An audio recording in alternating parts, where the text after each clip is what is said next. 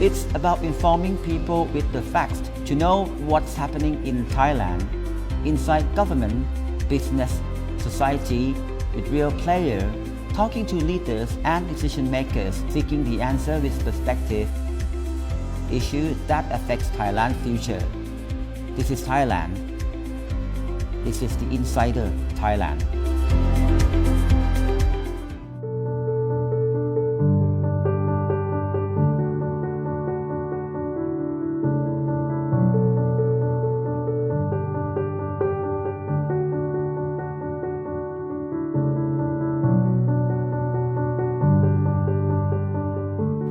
Swadikap and welcome to a special episode of the Insider Thailand.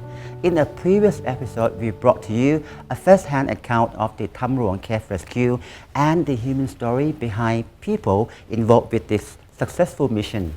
As we know, there's been much media attention from around the world to cover this event, from location reporter to foreign dive expert and renowned journalists.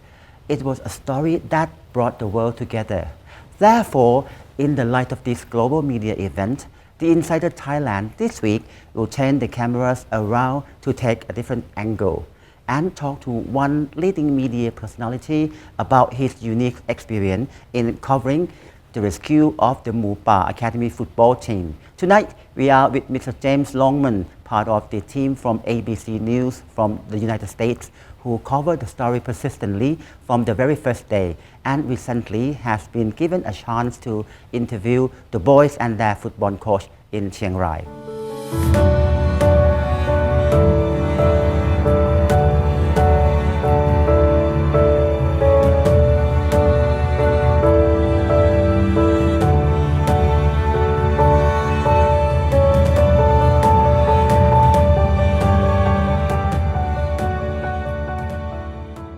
Hi James, welcome to Thailand. Thank you very much for joining the Insider Thailand. Since when that you come to report the story of the rescue in Chiang Rai? When did we arrive? Yes. We arrived 5 days after the boys had gone missing. So I think I got on a plane on the 27th and I arrived in Chiang Rai on the 28th. So would you mind sharing with us, what was the atmosphere look like when you first arrived Chiang Rai? It was, when we first arrived, it was very dark. It was quiet. I think I got to the scene at about 11 p.m., 12 p.m. There was a lot of activity, but at that time, I think really in terms of a news story, it was a regional news story. So there were lots of Thai press, lots of regional journalists, but not many international journalists. And it was very wet. I remember I got out of the van and the mud came to here. I had to take the trousers from my cameraman because I didn't have the right trousers. And the atmosphere was tense because people really didn't know if they would ever find the boys. And so for us, we got here expecting maybe a really sad story. So in your opinion, the prospect of the mission may a bit gloomy at that time, right? Yeah, for sure. And that was what it was like for the first few days. When we would speak to some of the divers as they came out, the Australians, and just a couple of words as they were walking down the hill. And these were big guys, 6'2", strong, professional divers. And we'd say, what do you think? What do you think? And they'd say, oh, this is looking really hard. So that was the sense that we got from people involved in the mission. But there was a difference between what the foreign journalists, divers, watchers would think, and then all the Thai people, because the Thais would say, oh, it's okay, we will find them. And there was this sense that all the Thai people had this belief that the boys would be found. Of course. And that was the difference between the foreigners and the Thai. We were typical cynics. I cover a lot of sad events, and news stories are very rarely this happy. So we were preparing ourselves for something very sad. And so, of course, it was a wonderful surprise when the boys were found. During that time, what was the reaction, to the story in the US and around the world? Before they were found? Yeah. I mean, it was just fascination because people were drawing parallels to the Chilean minor crisis. And I think people just wanted to know they wanted to know all the details of the rescue operation. They wanted to know how boys could be stuck in a cave. I think the word cave was not helpful for people, because a cave, when you think of a cave, you think of a space maybe the size of, this area, like a small space. But trying to explain to our audience that this is not one cave, this is many caves, and it's very long and deep. So trying to explain just the facts of what was happening. People were interested to know that. So in your opinion at that time, you've been spending time in Thailand, in Chiang Rai in particular. What did you see in Chiang Rai or in Thailand? In terms of the whole rescue mission when I was outside? So apart from the rescue mission? Oh, just in general there. Look, I mean, Thailand is known as the land of smiles. That's what people say about Thailand. But that part of Thailand, it's like the land of laughter. It's even more. People are so friendly and hospitable. It was just a joy. And then, when we were outside the cave with the volunteers, anything you needed, there would be someone there presenting you something. Food, toothbrush, a fan, coffee, anything you needed, they would be there. It was very inspiring to see all of those people coming to help. Do you hear anyone, comment, the foreign correspondent or journalist who worked in Masai at that time, did you hear his opinion or hear anything of their comment about working in Thailand at that time? We just had, I have to say, it was a lot of fun. I have friends at different news networks, and we were all saying, especially when the boys were found, that it was amazing to work on a happy news story. And they were all just enjoying it. And I think they found the same as me, that everyone, all the Thai people were just incredible and friendly. And, I don't know people at home if they know how it works when you're a journalist, but normally when you arrive at a story, there's an area for journalists. And normally it's like a room with a coffee and maybe a biscuit. This was the most incredible welcoming party for journalists. Anything a journalist would want, it was there. It was lovely. It was really lovely. So when you came back to Thailand again, you have a chance to interview the whole team. What was your main priority of the interview? I think our main priority was to show America that the boys were healthy, that they were well and happy, but it was also to show the boys' personalities. And because we talk about the wild boar team, but we don't talk enough, and we hadn't talked very much about the individual boys, and I think people wanted to know that. And sitting in front of the boys, the other thing that I think we wanted to show was the relationship between the boys and Praek, because I don't think it's possible it's very difficult to explain it without seeing it. I had heard about it, but I don't think that you can really understand it until you see it. That relationship is amazing, and so we wanted our viewers in America and around the world to see their bond, because the bond is really the story, because that's the bond that saved all the boys. How did your team prepare for that interview?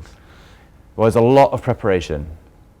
On the day itself, we had, I think, 10 or 11 people, plus me, working with our cameras and our producers and translators and sound engineers, just to make everything look beautiful. We wanted to present a beautiful looking interview as well.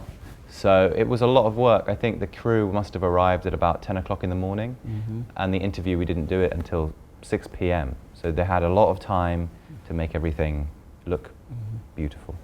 And what was the reaction, after the interview on air?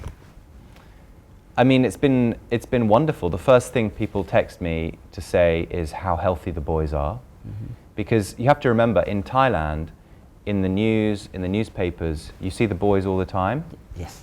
But in America, we did the story. They were released. They had 6 weeks ago. They got out of the cave. They went to the monastery. So it's been a long time for Americans since they saw the boys, and the famous picture of the boys inside the cave when the British diver had his light shining on them.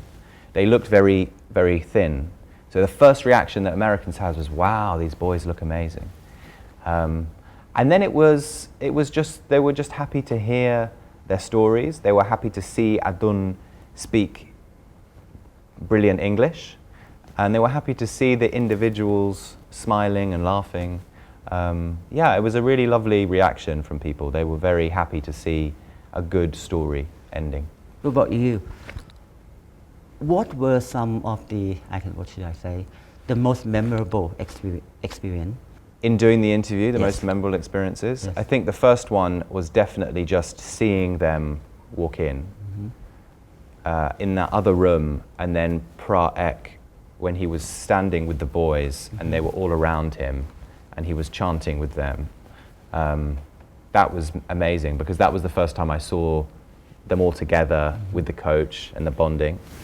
And then during the interview itself, when we had the break and Adun and I sat together and he showed me the football trick, and we spoke that he wanted to play the guitar when he's older.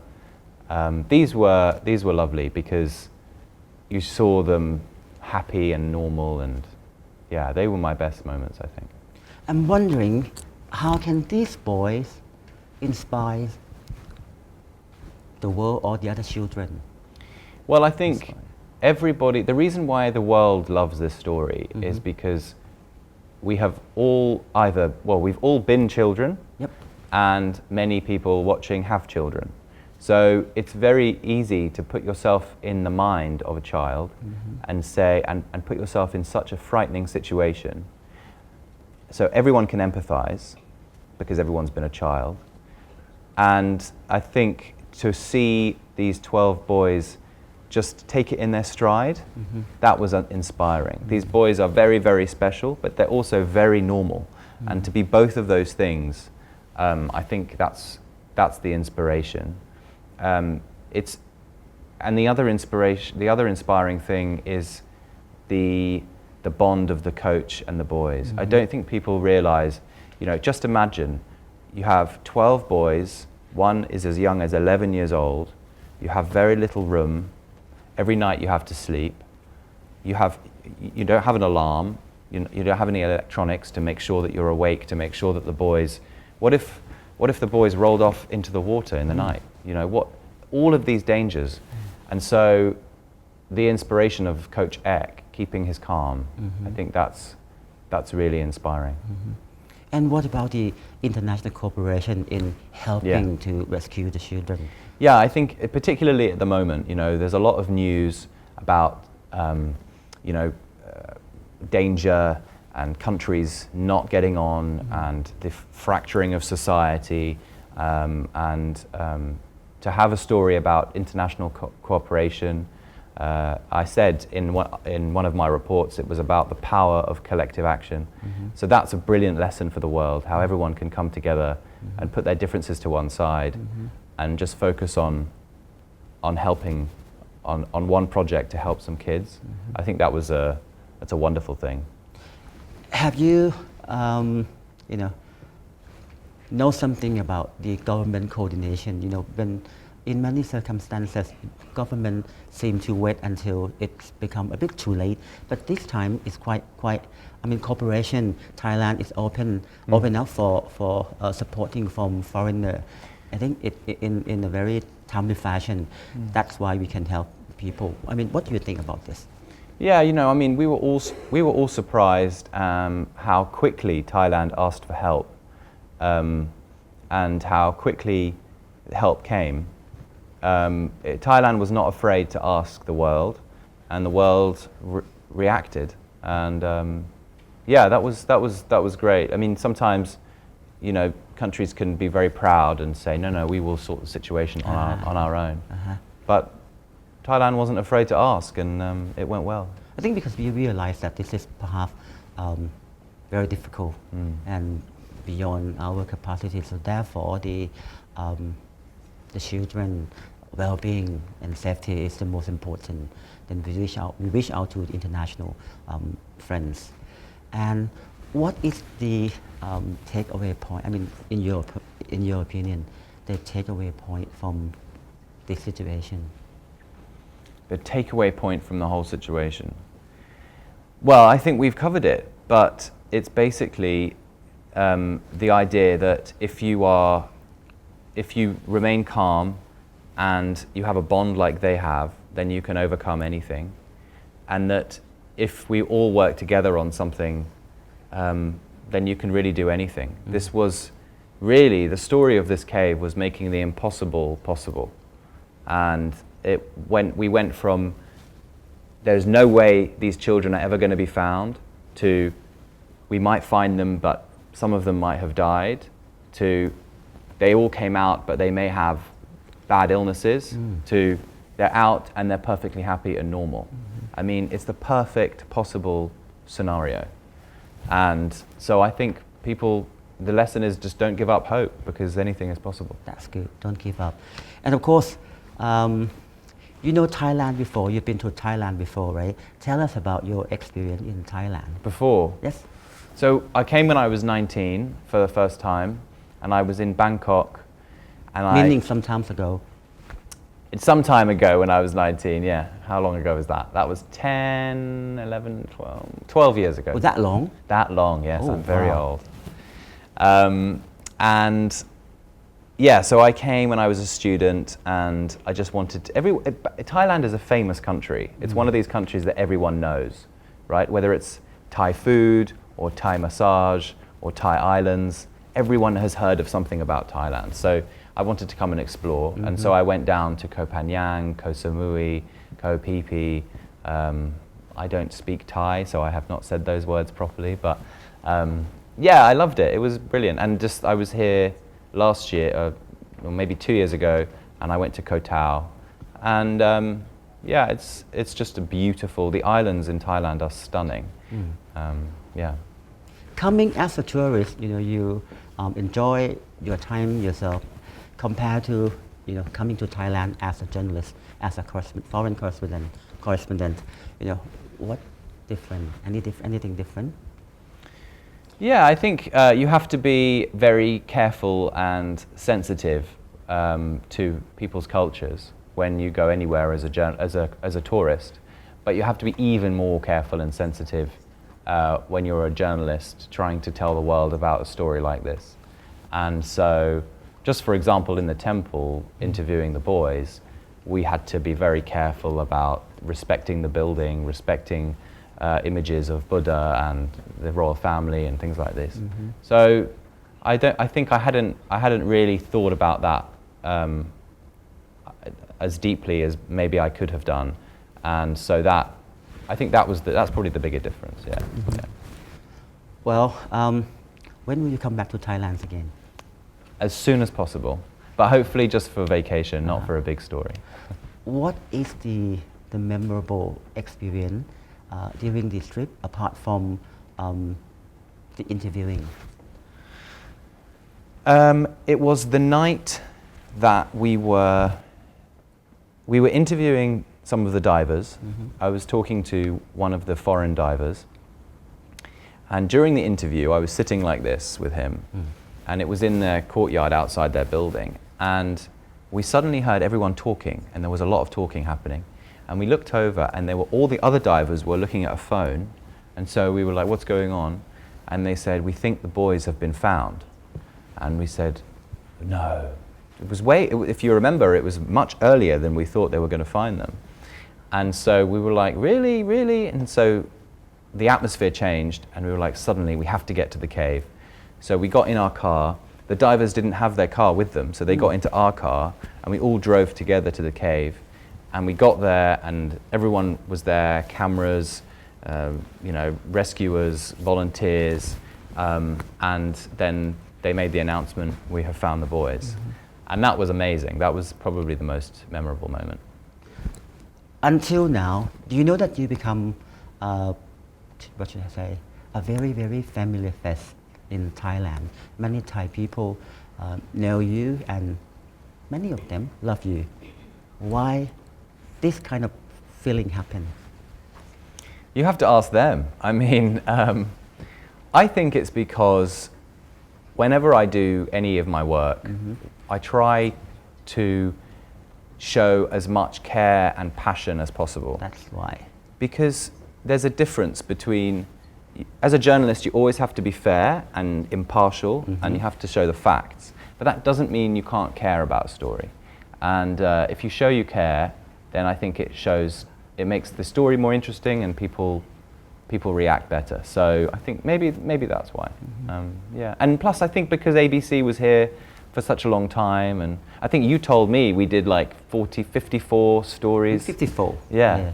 So I think that's also tight. That I think Thailand saw ABC and thought they care about the story. They're doing it. They want to tell our story a lot.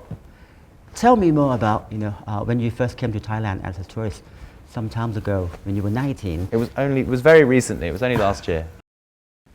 Okay, last year, not long ago, and this time, how much Thailand have changed? Well, Bangkok has changed a lot, I think. It feels like a very modern city. The islands, it just feels like there are a lot more people coming to visit Thailand. But it retains the same character. People are still friendly. They still want to see you. I come from a country, and I come from a city, London, which gets lots of tourists. And sometimes Londoners aren't very friendly to tourists. Bangkok gets a lot of tourists, but yet the Thai people are still friendly. So it hasn't changed too much. But I think, it feels just really modern. But I have to say, there's a lot of traffic. That's the only problem with Bangkok. We feel the same. Would you mind also compare, working in Thailand as a journalist and, when you report news and situations somewhere else? There are similarities and there are differences. I think the difference here was that it was a good story, and that everyone in Thailand was watching with you, so everyone knew what was happening. It was such huge national news, so you felt like you were a part of history. And it was also just, people were just so welcoming and friendly. But I have to say, this is often the experience when you're reporting a story, even a very sad one. Last year I was in Barcelona for the terror attack that went on Las Ramblas. And just before we were going live on Good Morning America, a lady came over and she wanted to hold my hand during the program. Yeah, we saw that. And this was the thing, if you ask people in America if they remember anything about the story, that will probably be something they remember. People always remember the good. They very rarely remember the very bad. And so I think that's why all these stories have something in common, whether it's in Thailand or in Spain or in England or America. People remember happiness. And here in Thailand, you had a lot of happiness, so people will always remember it. People may not remember James Longman, but to me, people remember Mr. Pineapple. Tell me about that. Well, that happened because on the day that the rescue mission began, the Thai authorities felt that the journalists needed to move away from the cave. To be honest, we were surprised that we had so long next to the cave. We were very close to the action for a long time. But anyway, they wanted to make sure that everything happened okay, so we moved away. So I was walking down the track away from the cave, and I was like, where are we going to put our camera? We need to be close. And I just said, in the field. So I climbed over the bushes, walked into the field, and I was like, this is where we should put the camera. And then I looked down and there were pineapples everywhere. So I picked a pineapple, I took a picture, and then someone on the internet made a cartoon, and then it went viral, and then people call me Mr. Pineapple. Tell me, be honest, do you really like pineapple, the Thai pineapple? I genuinely, you know me now a little bit, Warachon, and you know that I like sweet things. Yes. I don't like spicy things. The pineapples in Chiang Rai are some of the sweetest pineapples you can eat. They're delicious. So yes, I promise, 100%, I love pineapples. And specifically in Chiang Rai, you know why they're specials? Because they're sweet, but they're also a bit salty. There's salt and sweet, which is delicious. So yes, I love pineapples. Well, thank you very much for giving the honor to come to the Insider Thailand and talk to us about your memorable experience during your time as the ABC correspondent.